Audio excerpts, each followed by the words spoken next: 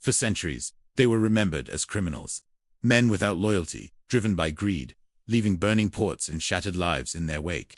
Their banners struck fear, their names became legends, and their crimes filled history books. But beneath the smoke, the cannon fire, and the blood-soaked decks, there was a truth rarely spoken aloud. Many of the most infamous pirates in history were not enemies of the British Crown. They were its instruments. The rise of Britain as a global naval superpower did not happen in open daylight. It was not built solely by royal fleets or noble admirals. It was forged in shadows, through secret permissions, silent agreements, and men who sailed just outside the law. What if the British Empire did not conquer the seas in spite of pirates, but because of them? To understand how this hidden partnership shaped the modern world, we must return to a time when oceans were the highways of power and empires were measured in silver. In the late 16th century, Spain and Portugal dominated global trade. Their ships crossed the Atlantic, heavy with treasure extracted from the Americas. Gold from Mexico, silver from Peru, and goods from Asia flowed into Spanish ports, funding wars, palaces, and armies across Europe. Spain stood unmatched, wealthy beyond imagination, and dangerously confident. England, by comparison, was weak. Its navy was small, its treasury stretched thin, and its position in Europe was fragile. Queen Elizabeth I ruled a nation surrounded by rivals, unable to challenge Spain directly without risking destruction. England could not afford a massive fleet, nor could it sustain a prolonged war. But what it lacked in strength, it made up for in calculation. Elizabeth's solution was not confrontation, but manipulation. If England could not fight Spain openly, it would bleed it quietly. The crown turned to men willing to sail where the law faded and profit ruled. These men were not officially pirates. They were privateers. Captains granted royal licenses, authorizing them to attack enemy ships, seize cargo, and return a portion of the loot to the crown. On paper, they were civilians. In practice, they were England's invisible navy. To Spain, these men were criminals. To England, they were assets. Among the most famous of these licensed raiders was Francis Drake. When Drake circled the globe in the late 1570s, his voyage was celebrated as an act of exploration. In reality, it was a campaign of systematic plunder. Spanish ports were attacked, treasure ships intercepted, and fortunes seized. When Drake returned home, his ship was so heavily laden with stolen wealth that its value exceeded England's annual income. Instead of punishment, he was rewarded. Queen Elizabeth personally knighted him, not in secret, but in public. The message was unmistakable. As long as piracy served England's interests, it would be celebrated, not condemned. This arrangement was never formalized in treaties. It existed in ambiguity. England could deny responsibility when raids provoked outrage, while quietly accepting the rewards.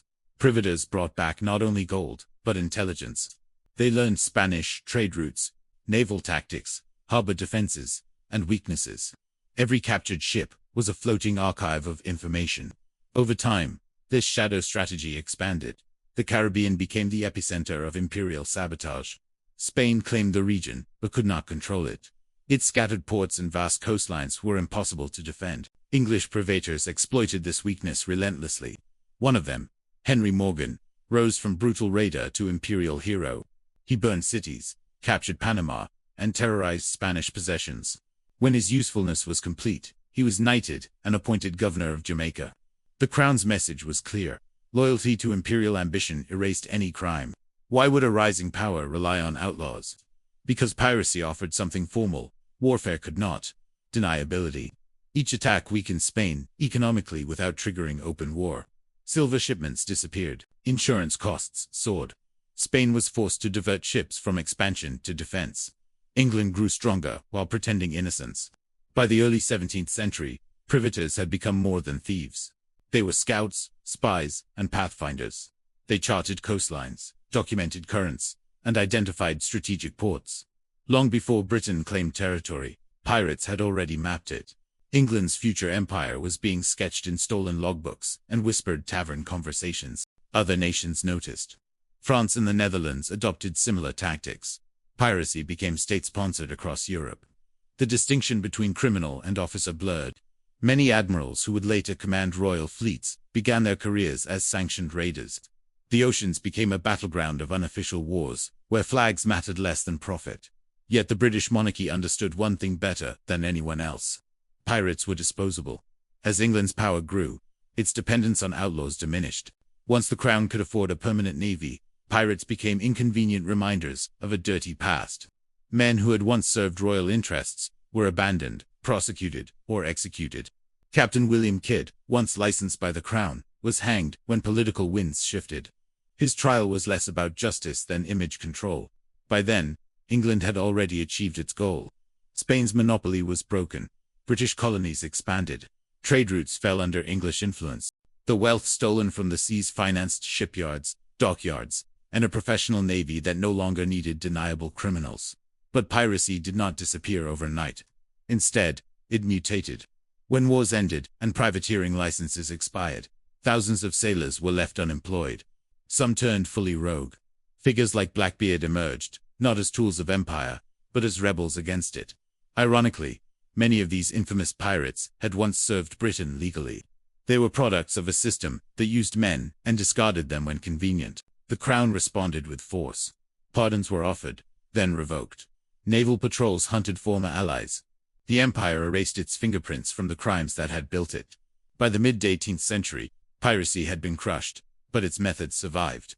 The British Empire no longer needed black flags and cannon fire. It had discovered something more efficient. Corporations. Instead of letters of marque, the crown issued charters. Companies were granted legal authority to trade, conquer, and govern. The most powerful of them, the East India Company, became an empire within an empire. It controlled armies, collected taxes, and ruled millions, all while operating under the protection of the British state. This was piracy refined. Violence replaced by contracts. Plunder justified as commerce. The same logic that once empowered privateers now fueled global capitalism. Control trade routes. Extract wealth. Maintain deniability. When atrocities occurred, the state claimed distance. When profits flowed, it took its share. London transformed from a pirate port into a financial capital. Insurance firms replaced taverns. Banks replaced treasure chests. The Royal Navy enforced trade routes once stalked by buccaneers. The methods changed, but the goal remained identical. Even the moral contradictions survived. Men who profited from exploitation were celebrated as national heroes. Their fortunes funded institutions, while the suffering behind them was forgotten. Slavery, forced labor, and resource extraction were sanitized as economics. The pirate ship itself left an unexpected legacy. Some crews practiced voting, shared loot equally, and rejected rigid hierarchies. In their own brutal way, pirates experimented with freedom. The empire absorbed the ruthlessness, but rejected the equality. What remained was a system that rewarded risk, secrecy, and domination. Today, the black flag no longer flies, but its philosophy endures. Wealth is extracted through financial mechanisms instead of raids. Power hides behind legal frameworks instead of cannons. Offshore accounts replaced hidden coves. Contracts replaced cutlasses. The alliance between pirates and kings was not an accident of history. It was a blueprint, one that proved power thrives when violence is outsourced and responsibility denied. Britain's empire was not just built on ships and soldiers. It was built on criminals turned patriots, theft turned policy, and chaos turned control. The pirates are gone, but the system they helped create still rules the seas now. The seas are made of money. By the time the 18th century reached its midpoint, something strange had happened. The pirates were fading from the oceans, but the methods they pioneered were everywhere. The British Empire had not abandoned the logic of piracy. It had perfected it. The cutlass was replaced with paperwork. The boarding party with a boardroom. What once required cannon fire now required signatures. The crown had learned that direct violence was inefficient, too visible, too costly. Instead, power was best exercised at a distance, through intermediaries who could act ruthlessly, while the state maintained clean hands. This was the true lesson of the pirate alliance, and it did not end with the gallows. The new enforcers of empire no longer drank rum in Caribbean taverns. They wore tailored coats, spoke the language of law, and operated behind ledgers and seals. Chartered companies became the new purveyors.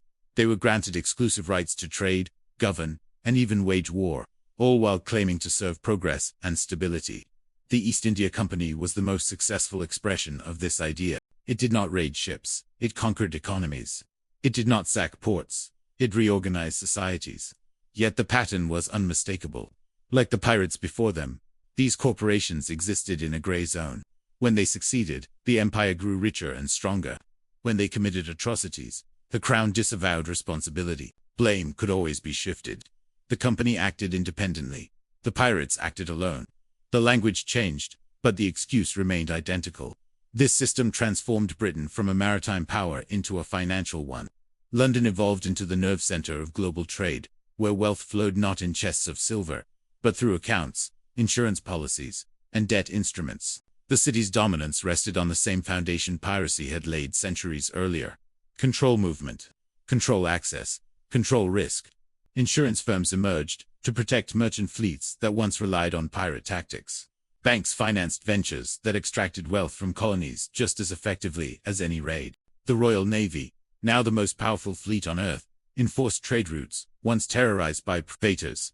Order replaced chaos, but only on the surface. What made this transformation so effective was that it hid exploitation behind legitimacy. Piracy had always been morally obvious. Ships burned. Cities were looted. Blood was spilled. The new system was quieter. Wealth was extracted through contracts that colonies were forced to sign. Resistance was punished, not with cannons, but with economic isolation. Entire regions were bound by debt rather than chains. And just as pirates once justified their actions through survival and opportunity, the new empire justified itself through civilization and commerce. Extraction became development. Control became governance. Plunder became trade. The violence never vanished. It was simply obscured. The irony is that many of the men who designed this system came directly from the world piracy had built. Former privateers became admirals. Colonial governors learned their trade in lawless ports. The tactics that made Britain unbeatable at sea, ambush, disruption, overwhelming force, were inherited directly from pirate warfare. The empire did not erase piracy from its DNA. It institutionalized it. Even rebellion followed the same script. Colonies that tried to resist British control were treated much like rogue pirates, blockaded, economically strangled, and punished as examples. The message was consistent across centuries. Power would tolerate chaos only when it served profit. Independence was unforgivable. By the 19th century, Britain no longer needed pirates or even chartered companies to dominate. It had banks, global currencies, and financial leverage. The empire's strength now came from its ability to move capital across borders faster than armies could march. Control of money replaced control of the sea, but the mindset was unchanged.